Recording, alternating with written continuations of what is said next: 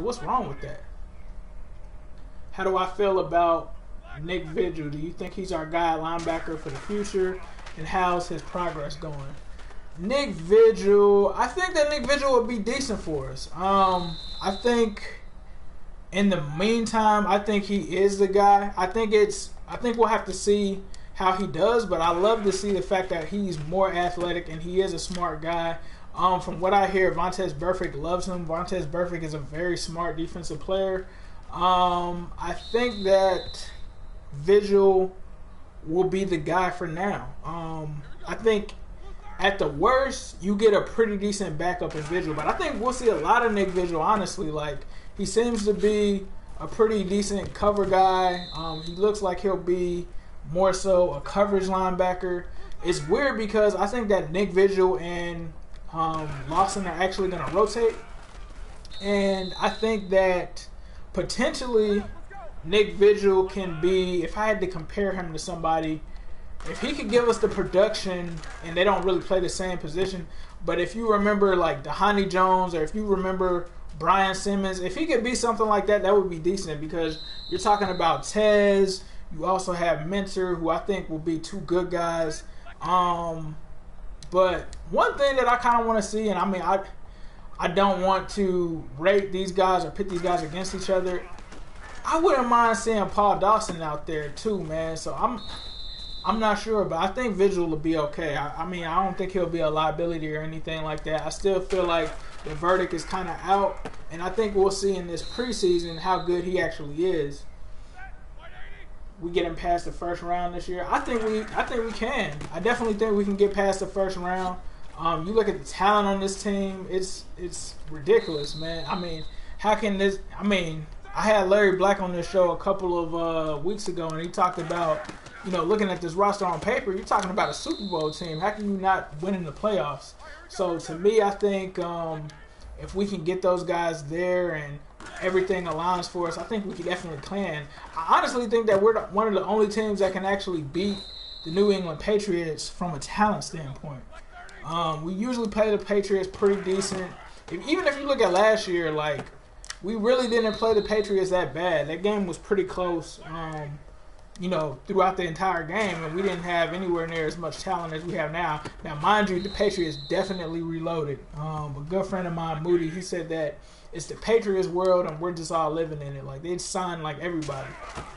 But I still think, like, if two teams reloaded the most in the AFC, I think it was us and the Patriots. You know, other people might try to say that that's not true, but I feel like when you look at through the draft, like, yeah, the Patriots reloaded in free agency. I don't really think that they reloaded in the draft like that, but the Patriots aren't really known for, you know, reloading in the draft like that. So it's not really too much of a surprise with me there. But when you look at both teams, I feel like we killed this draft. And like Lifehacker said earlier, I think we definitely killed the draft. I don't understand why people are saying that we didn't have a good draft. Now, I think most people initially were kind of upset with the John Ross pick, but when you really like let it digest and marinate and really think about it, you know, you had two guys off of the board, right? You had Mike Williams off the board. You also had Corey Davis off the board. So who were you really going to pick? And I mean, you could say O.J. Howard, but look at how many teams passed on O.J. Howard. The fact that, you know, we all wanted Reuben Foster, but Reuben Foster got passed on by, you know, all those teams as well. So, and I don't even think he's going to end up playing this year. So we needed to win like now. So I felt like at that moment, you know, why not take a guy that's special? He had a special attribute, which was his speed. He wasn't just a speed guy.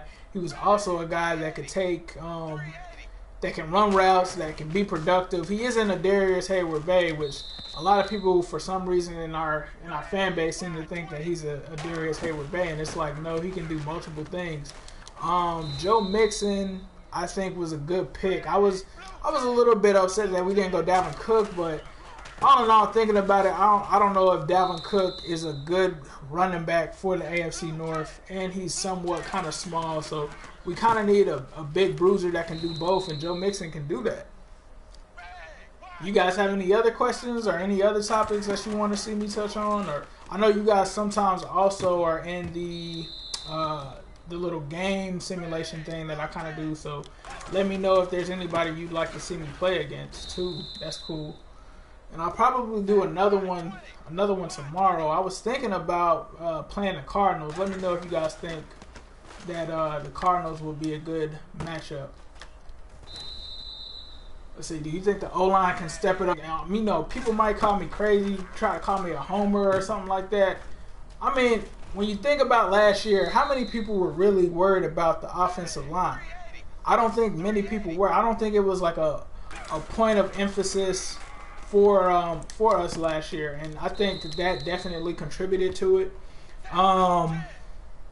When you look at why this offensive line didn't work out, I think you have to point to Cedric Ogbuehi, but then a lot of people don't realize that he was coming off of an injury, and I'm not an Ogbuehi fan, but I kind of understand. He's a year removed from the injury, and then he's coming back into a position that he's never really played. They claim it wasn't his natural position.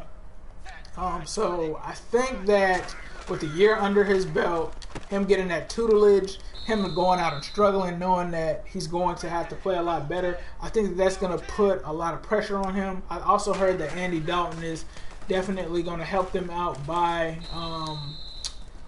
getting rid of the ball faster, so that's going to help him as well. But I really think you talk about Andre Smith, you talk about Andre Smith coming back, you also talk about Clint Bowen coming back, and some of these other players. I think that there will be a huge emphasis with Paul Alexander on what the Bengals offensive line is going to do. And I mean, the bar is pretty low. If you can, all you have to basically do is get less than 40 sacks. I think that they can do that. I don't think that that's hard for them to do. I think that they can definitely be better than they were last year, which is crazy because everybody wanted to slam them because they didn't want to, re-sign Witt, and they let Zeitler go. But when you're looking at some of the free agents that we have now, and Tyler Eifert and Vontaze Burfict, those are guys that you're going to have to pay. So it's like, would you have wanted to keep Witt over Vontaze or Eifert? I'm not sure that I could do that. And, I mean, a lot of people are worried, but I've heard other podcasters say, this is a team that has two guys that were very high picks at tackle. Even though I feel somewhat optimistic, I feel like the jury is still out on Jake Fisher and Cedric Ogbuehi. But hopefully, Lifehacker, I hope that they definitely can step it up this year, because I don't know if you guys watched that season simulation that I did on my channel. The offensive line was basically horrible, and that led to us, and injuries as well. I won't just put it on them, but that led to us having a 7-9 season. And everybody knows that this is all going to be on the offensive line. So I think Paul Alexander will get it right. Is there anything else that you guys want me to go over? Oh, no. That's that Carson kind of throw right there. Let me ask you guys something. Who do you guys think will get picked? Who do you guys think will be extended first? Do you think Tyler Eifert will be extended first, or do you think Vontaze will? My personal thought is Vontaze, but I want to hear what you guys think. Or do you think both of them can get signed at the same time? Oh! I'm out here throwing picks. I got to concentrate on this. Trying to multitask, dog. Oh! By the way, man, I appreciate you guys with the kind words for my son. He's definitely doing a lot better. We ended up finding out that he had a respiratory virus, so it was kind of scary for a while there. But it's good that we actually know what it is. And an initial doctor was trying to say that it was more so just a cold. Yeah, it definitely wasn't a cold, bro. Woo. Burfict? Yeah, I agree, Lifehacker. I think it'll be Burfict, man. Burfict's in here shredded. I know you guys have been checking out his Instagram. That dude is in shape. It's scary how good that this guy can be next year, man. I don't want to put it out there too much, but I think the guy could end up being, defensive player of the year. I'm just gonna put it out there.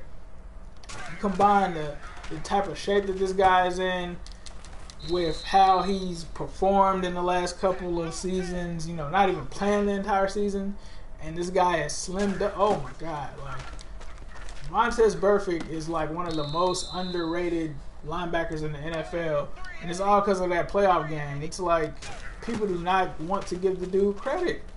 They just think that he's just a, you know, just a freaking dirty player, which is ridiculous. Like, yeah, he does make, you know, dirty plays, but it's not the majority of his game. Like, the dude can cover. You saw the PFF numbers, man. That doesn't lie. Numbers do not lie. So I'd love to see Burfict get extended, and I'd love to see him end up being like the defensive player of the year.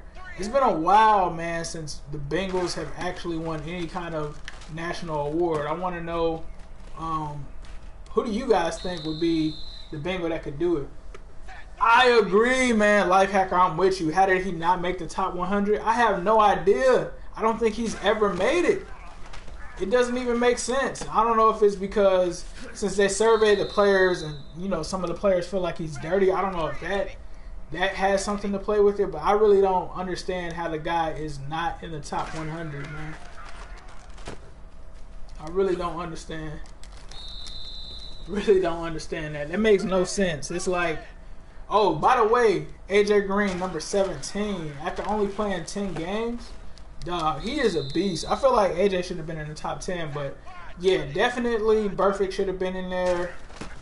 Andy, I feel like should have been in there at like the end. I'm not saying he should have been like, you know, number 50 or anything, but you couldn't have gave Andy Dalton 95, something like that. Something 95. You know, he didn't do, you know, he didn't do too bad. But yeah, I agree. Like Vontaze Burfict should have definitely been in the top 100 for sure. For sure.